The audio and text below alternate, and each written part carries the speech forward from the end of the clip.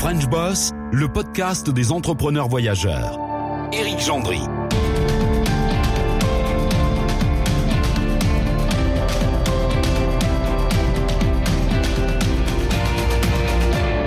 Salut à tous, notre invité de la semaine a 49 ans, il s'appelle Stéphane Hérault, il est entrepreneur bien sûr et il a créé sa société Chaput Holder, une grosse dizaine d'années on va dire pour rester un petit peu flou, on en dira plus tout à l'heure. C'est une société internationale qui est spécialisée dans le conseil aux entreprises, conseil en matière de gestion, conseil en matière d'investissement.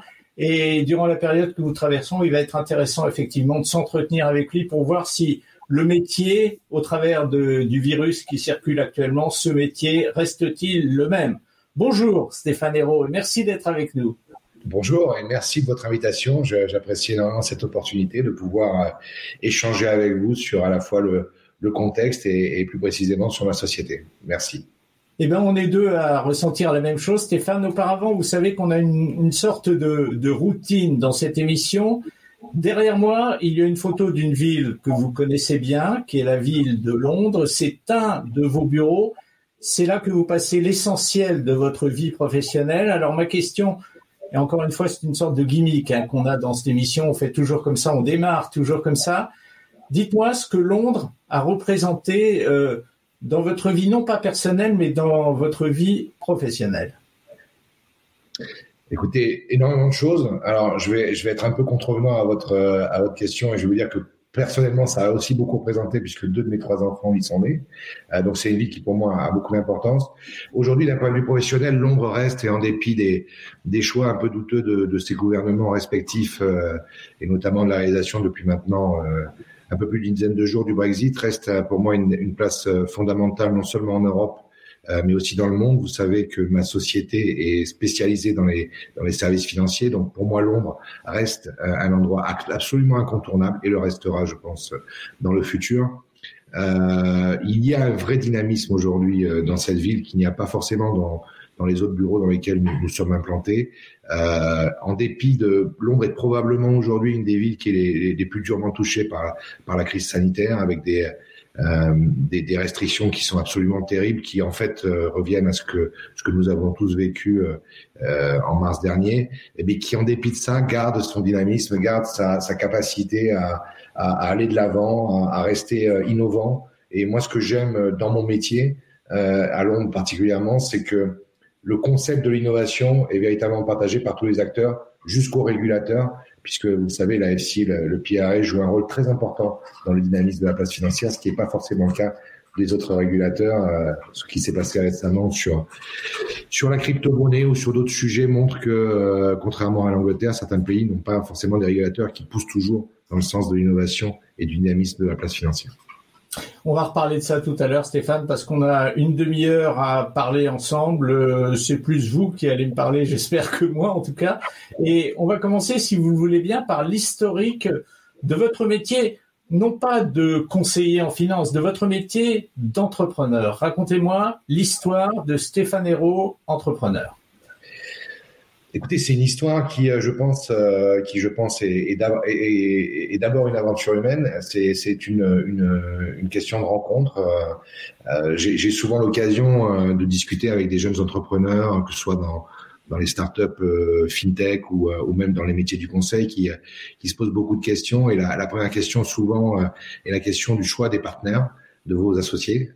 Et là, j'ai une réponse qui est assez invariable, qui est de dire qu'aujourd'hui, il peut y avoir beaucoup de littérature qui peut être écrite autour de ce choix, mais véritablement, il y a 2 critères fondamentaux. Le premier, c'est l'intelligence. Il faut être avec des associés qui sont très intelligents. Et aussi, il faut être avec des associés en qui vous ayez confiance. Une fois que vous avez ces 2 critères remplis, vous êtes armé pour aller loin. Mais ça fait partie des choses qu'on va faire. On a avec un des fondateurs de Chaput, qui sont au nombre de 3, Patrick Buquet, on a pour projet d'écrire un e-book sur le sujet. On a déjà lancé notre premier e-book sur la vente, qui est en vente chez Amazon, et la prochaine publication sera autour de l'entrepreneuriat, parce que je pense que c'est un sujet à la fois d'avenir et crucial pour la dynamique de l'économie, notamment française, mais qui soulève beaucoup de questions et sur lequel l'expérience joue un rôle très important.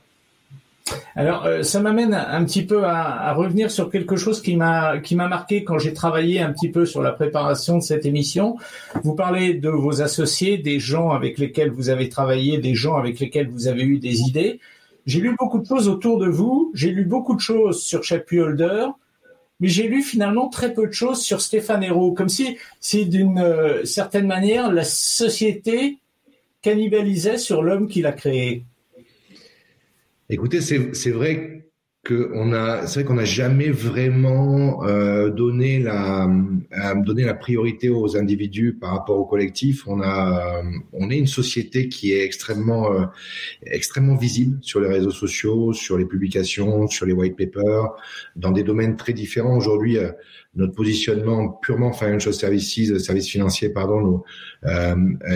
nous amène à véritablement nous concentrer sur l'ensemble des problématiques clés. Et aujourd'hui, vous pouvez taper sur Google et chercher sur les sujets clés, vous trouverez, ou sur notre site directement, des papiers relatifs à tous les sujets chauds de l'industrie. C'est vrai qu'on est moins sur le positionnement de l'individu. Ça change un petit peu. Aujourd'hui, moi, j'ai une activité qui est assez intense sur les réseaux sociaux. On a publié un certain nombre de sujets. J'ai aussi dans mes équipes et dans mes associés des gens qui sont très visibles. Je parlais de Patrick Buquet, mais j'aurais pu citer aussi Sébastien Meunier, qui sont régulièrement cités dans les classements des influenceurs les plus importants dans les domaines de fintech, d'insurtech. Donc ça change un peu, mais c'est vrai que et ça c'est vraiment l'ADN de Chapuis. Le Chapuis Holder, c'est une société qui a été construite sur un concept qu'on a emprunté à McKinsey, qui est le One PNL. C'est-à-dire que chez Chapuis Holder, il n'y a pas de discussion autour du PNL, on partage entre nous, on est fiers de travailler ensemble, on est convaincus que chacun a sa place et donc on s'évite tous les désagréments des comptes d'apothicaire. On partage une part à un homme.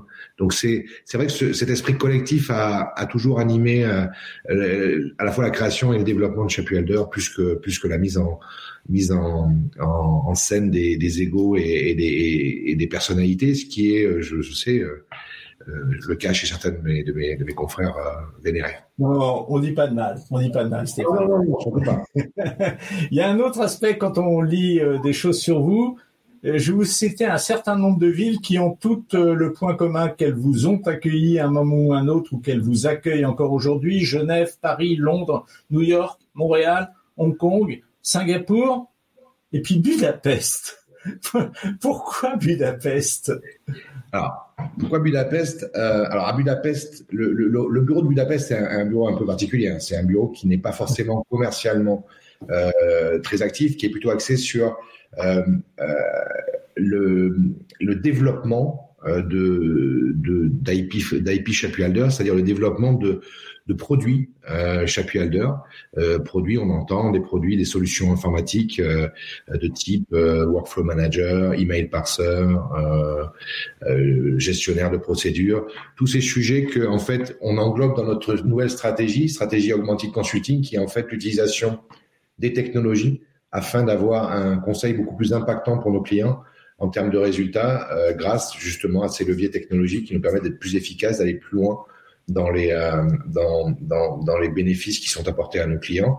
Donc Budapest est véritablement notre laboratoire en tant que tel, et il est vraiment une des pierres angulaires de notre système d'innovation, avec notre accélérateur qui est basé à New York et notre centre d'expertise en Asie, à Hong Kong, qui est géré par Laurent Lyotard. Donc, Budapest, c'est un choix qui est extrêmement rationnel quand on parle de laboratoire. On peut se poser la question quand on parle de conseil, mais en termes de laboratoire, c'est un des endroits où le capital humain est le plus riche en termes de développeurs, de user managers. Oui.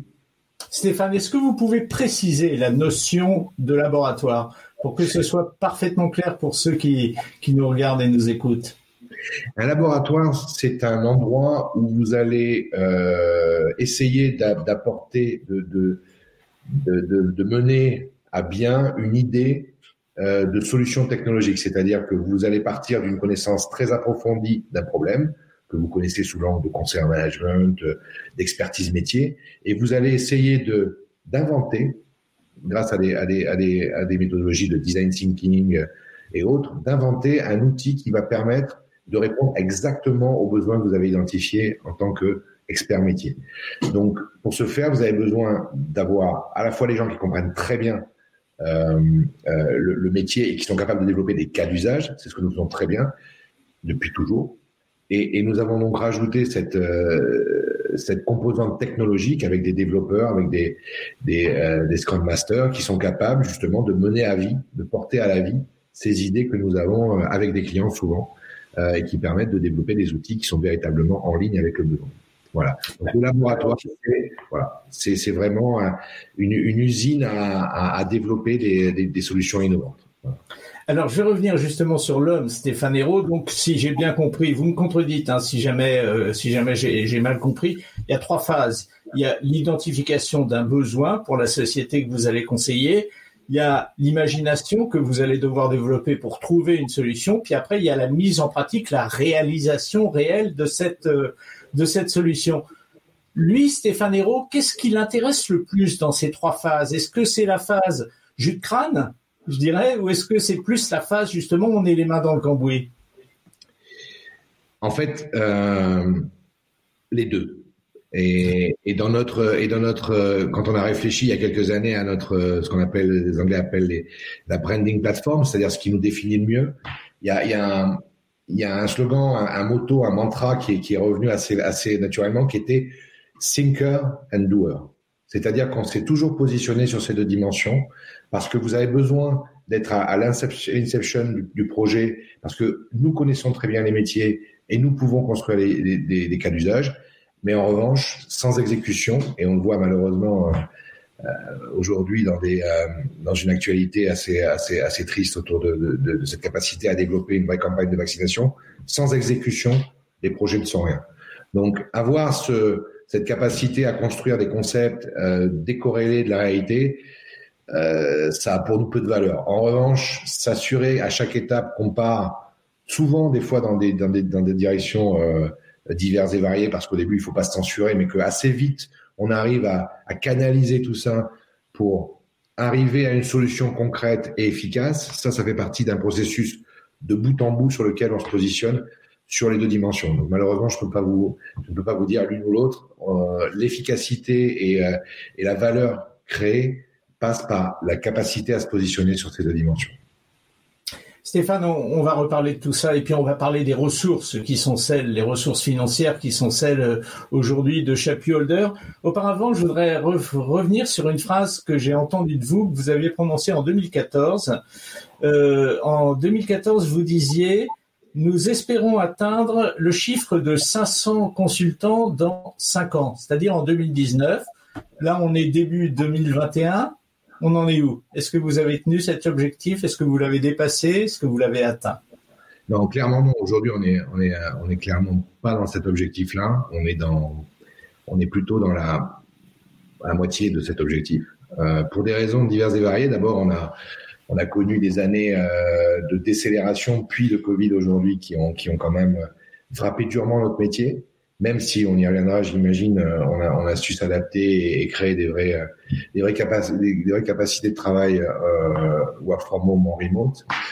Mais aujourd'hui, très clairement, le business plan sur lequel était fondé ce chiffre, qui était aussi, je dois l'avouer, dans une interview, un chiffre qui sonnait bien, était véritablement fondé sur des leviers de croissance qui ne sont pas apparus, des leviers d'acquisition externe, mais aussi de croissance organique. Donc non, aujourd'hui, il faut l'admettre, et je pense que un héritage, c'est l'ensemble de ces choses qui ont été délivrées ou pas délivrées.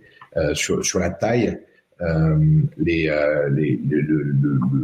l'objectif initial n'a pas été atteint, mais je préfère aujourd'hui me dire que en termes de capacité, de capital humain et de compréhension et de capacité à traiter les sujets, on est aujourd'hui dans la cible. C'est-à-dire que on avait un deuxième objectif sur lequel malheureusement l'interview n'avait pas repris l'objectif, qui était une couverture maximale du monde des services financiers, avec la dimension pays, la dimension sub-industrie, c'est-à-dire retail, enfin banque de détail, banque privée, asset management et autres, et aussi le sujet des différents key topics de l'industrie, la stratégie de croissance, les risques, la finance, la data science, la cybersécurité.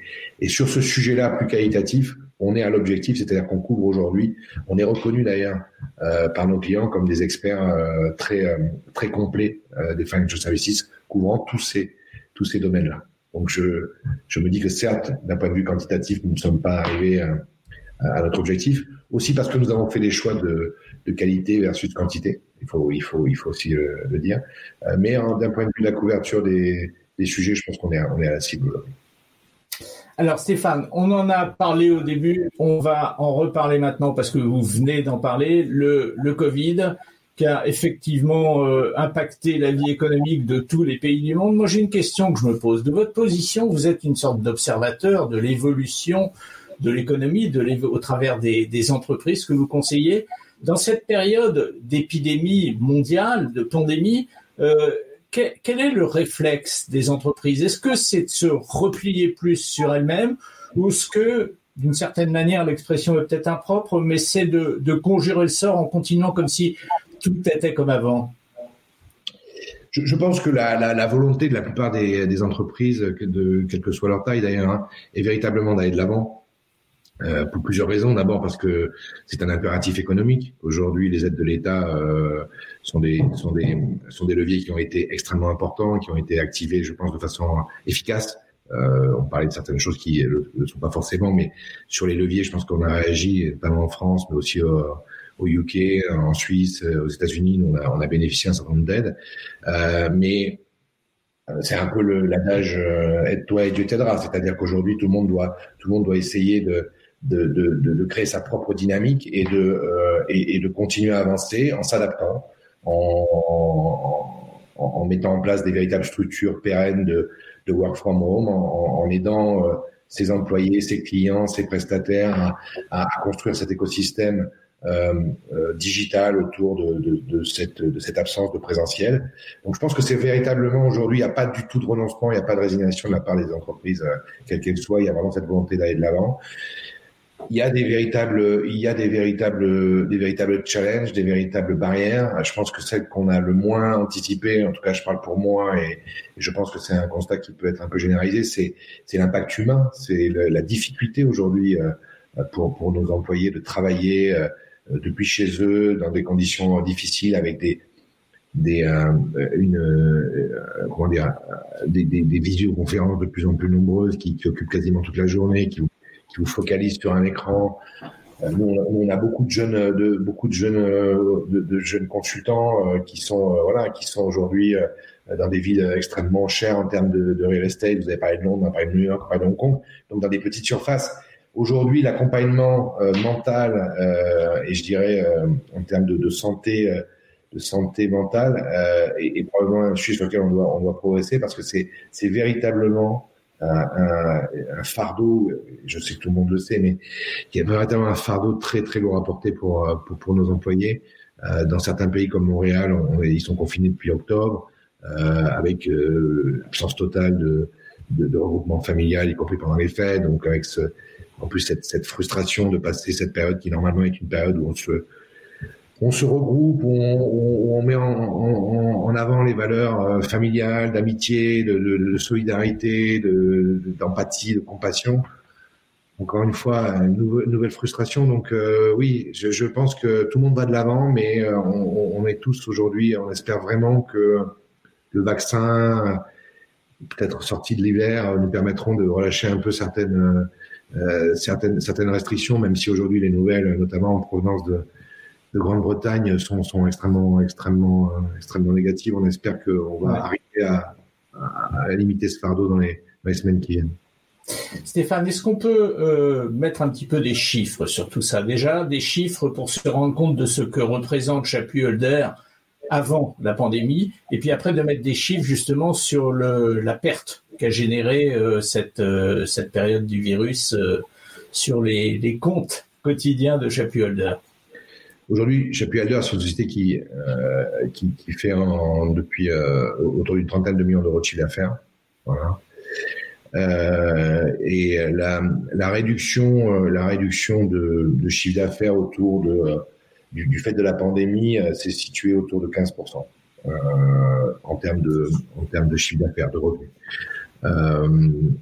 Nous avons, je pense, très vite réagi dès le mois de mars sur les mesures à adopter, à la fois sur des mesures de restriction. On a été obligé d'en passer par là, des restrictions employées assez peu finalement par rapport à nos concurrents.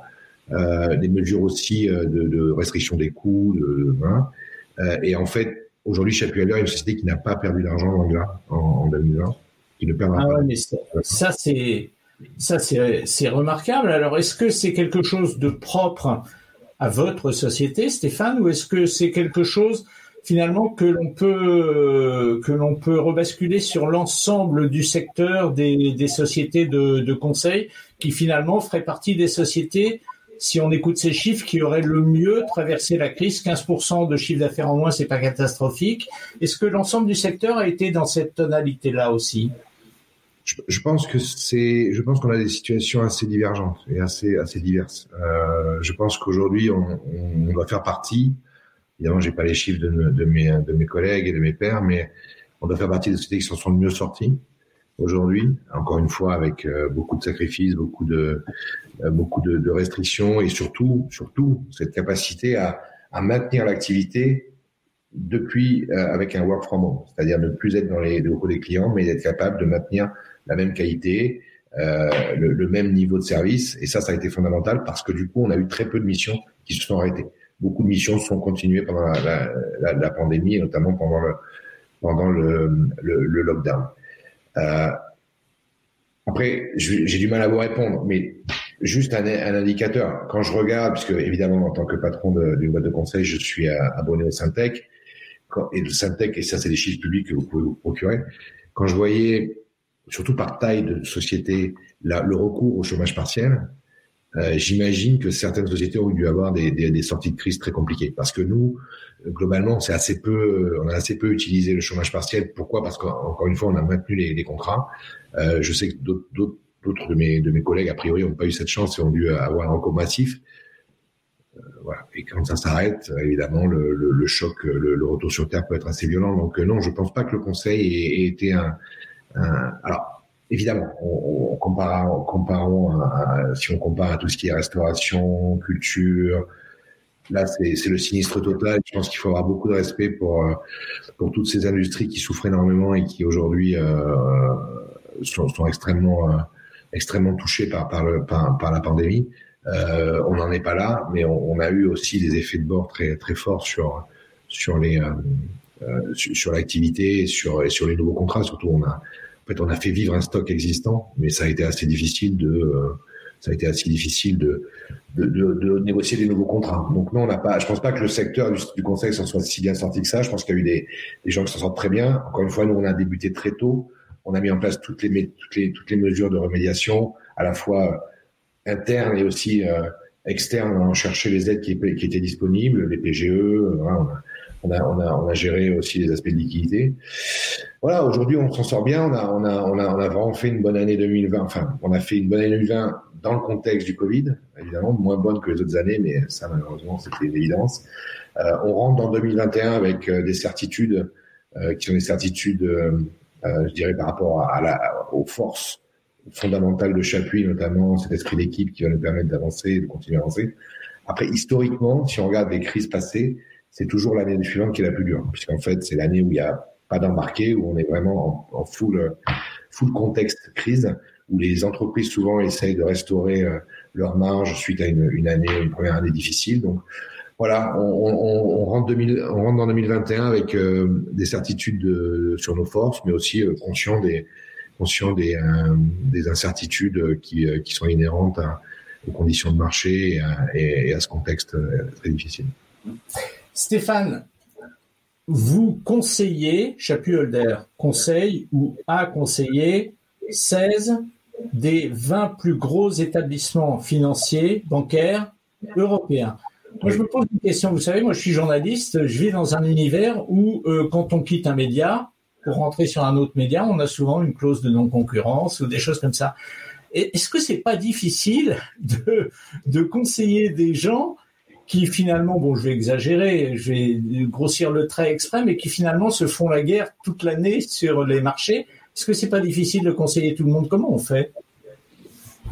Alors, c'est vrai que c'était une condition de marché qui existait il y a peut-être une quinzaine d'années, quand on a débuté. C'est moins le cas aujourd'hui pour plusieurs raisons. D'abord parce que je pense que d'abord c'est très encadré. On est sur des sujets de confidentialité des données, de non-disclosure agreement qui sont extrêmement forts et qui encadrent vraiment l'activité. Donc, et c'est des sujets sur lesquels tous les clients sont très vigilants. Donc, il s'agit absolument pas de prendre un modèle et de le déployer sur d'autres. D'abord parce que ça ne marche pas. Parce que aujourd'hui les concepts tout le monde les a, mais encore une fois on revient à notre notion d'exécution. Je pense que ce qui est important c'est l'exécution. On peut avoir des bonnes idées, on peut être dans la vérité, mais si on n'en fait pas une réalité, on a tort. Et donc aujourd'hui les banques, les assurances sont bien conscientes qu'aujourd'hui les enjeux, les vrais challenges sont plutôt dans l'exécution et l'adaptation à la structure qui est la leur et non pas la duplication bête et méchante, le copy-paste de quelque chose qu'on a pu faire ailleurs. En revanche, la capacité que nous avons à avoir cette vision de best practice, c'est quelque chose sur lequel on travaille, sur lequel on se structure et sur lequel on est capable de donner des retours à nos clients. Mais dans ce cas-là, c'est organisé. C'est-à-dire que c'est dans le cadre d'un benchmark où les gens sont conscients du questionnaire, de ce qui va être restitué, ils ont accepté. Et là, voilà, justement, le fait d'avoir cette empreinte extrêmement forte en Europe continentale, je précise, puisqu'il nous manque des acteurs plutôt UK, comme Barclays ou d'autres comme Lloyds. Ça va être plus difficile de trouver des banques au Royaume-Uni maintenant avec le Brexit. Une petite parenthèse. Oui ou non? Peut-être non d'ailleurs. Hein. C'est vous qui savez. Non, je pense pas. Ça va être difficile de servir le Royaume-Uni depuis un pays européen sans implantation au Royaume-Uni pour des raisons de fermeture des frontières et de passeporting et de mobilité des personnes. Mais en revanche, une fois que vous êtes au Royaume-Uni, ce que cherchent les clients aujourd'hui, encore une fois, c'est l'exécution, c'est-à-dire la capacité à véritablement délivrer quelque chose. Si vous démontrez ça, je pense que les anglo-saxons seront des gens assez pragmatiques et ouverts. Donc, si vous démontrez ça, il n'y a pas de raison de pas arriver à travailler avec eux. Stéphane, ça fait 28 minutes et 40 secondes qu'on discute ensemble. On n'est plus très loin du terme de cette émission. Je voudrais vous poser une question. Donc, moi, je suis directeur général d'une grande banque européenne et je cherche une société pour me conseiller. Donc, je consulte diverses personnes et je me retrouve en face de Stéphane Hérault, que je ne connais pas, et qui va avoir la charge de me convaincre que c'est Chapuis Holder, la société la plus apte à bien me conseiller. Comment vous allez m'expliquer ça, Stéphane? Écoutez, je pense que si je devais vous expliquer ça, je vous dirais deux choses. La première, c'est sur la capacité à délivrer des services qui sont exactement ceux dont vous avez besoin. Et je ne reviendrai pas puisqu'on a déjà évoqué, mais c'est cette capacité à avoir ce positionnement doer and thinker, c'est-à-dire de penser avec vous ce qu'il faut faire et de vous aider tout au long de l'exécution de ce programme. Et puis c'est aussi de discuter de quels sont les sujets qui aujourd'hui sont à votre agenda et qu'on partage et sur lesquels on peut vous apporter des choses. Ça peut être la finance durable, ça peut être la réglementation, ça peut être aussi l'utilisation des nouvelles technologies avec des méthodologies qui sont beaucoup plus agiles à la fois dans le concept et dans la réalisation. C'est des sujets comme cela, de repenser les business models, de réfléchir à la relation qu'on a avec ses employés, de s'inscrire dans une durée et dans une vision moyen-long terme avec aujourd'hui la prise en compte de ce qu'est la société, de ce qu'elle réclame en termes de valeurs et en termes de modalités de collaboration. Ça fait partie des choses sur lesquelles je pourrais élaborer pour convaincre votre c'est moi qu'il faut convaincre. Voilà. Ça me va, Stéphane. Je vous promets de prendre en compte votre candidature. Voilà. On arrive au terme de cette émission et au terme de cette émission, eh bien, on a compris que Stéphane Hérault avait limité la casse pendant la période de la pandémie. On a compris aussi, et c'est tout à son honneur, qu'il abordait 2021 gonflé à bloc. Stéphane, merci d'avoir été avec nous. Merci à vous. C'était bonne continuation. J'espère surtout que la suite confirmera les espoirs que vous avez pour cette année 2021 et les suivantes. Merci Stéphane. Je suis sûr. Merci à vous. Au revoir. Au revoir.